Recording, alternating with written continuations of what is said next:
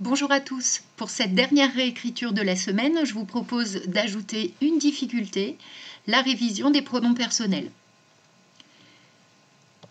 Cette fois-ci, il s'agira de remplacer Yvain par Yvain et Gauvin.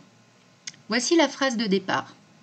Tandis qu'Yvain, en chevalier intrépide, prenait son élan pour porter un ultime coup à son adversaire, il trébucha et son épée fut propulsée dans les airs. Attention de bien penser à tous les changements nécessaires et seulement aux modifications indispensables. Je vous laisse un petit peu de temps pour faire l'exercice au brouillon. Vous pouvez mettre la vidéo sur pause. Quand vous êtes prêt, on corrige.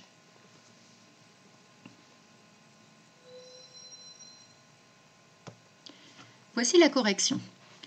Tandis qu'Yvain et Gauvin, en chevaliers intrépides, prenaient leur élan pour porter un ultime coup à leur adversaire, ils trébuchèrent et leur épée fut propulsée dans les airs. Attention, on passe d'un chevalier à deux chevaliers. Par contre, ils prennent chacun leur élan, ils ont un seul et même adversaire. Tous deux trébuchent, mais chacune de leurs épées est propulsée dans les airs. Ce qui donne chevaliers intrépides. Il n'y a pas que l'adjectif intrépide qui se passe au pluriel, le nom chevalier qui désigne cette fois-ci Yvain et Gauvin passe également au pluriel. Pour le verbe à l'imparfait, prenez, on passe de la troisième personne du singulier à la troisième personne du pluriel. Qui est-ce qui prenait leur élan? Yvain et Gauvin. Élan reste au singulier, de même qu'adversaire. Mais le déterminant possessif change puisqu'il ne s'agit plus seulement de l'élan d'un seul chevalier, mais de l'élan des deux chevaliers. Même chose pour l'adversaire. Ils ont un seul et même adversaire, mais cet adversaire est bien l'adversaire des deux chevaliers.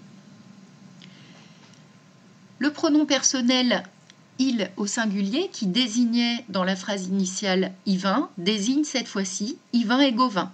Il passe donc au pluriel, ce qui entraîne un accord à la troisième personne du pluriel, c'est simple du verbe du premier groupe trébucher, ce qui donne donc ils trébuchèrent, E accent grave, R-E-N-T.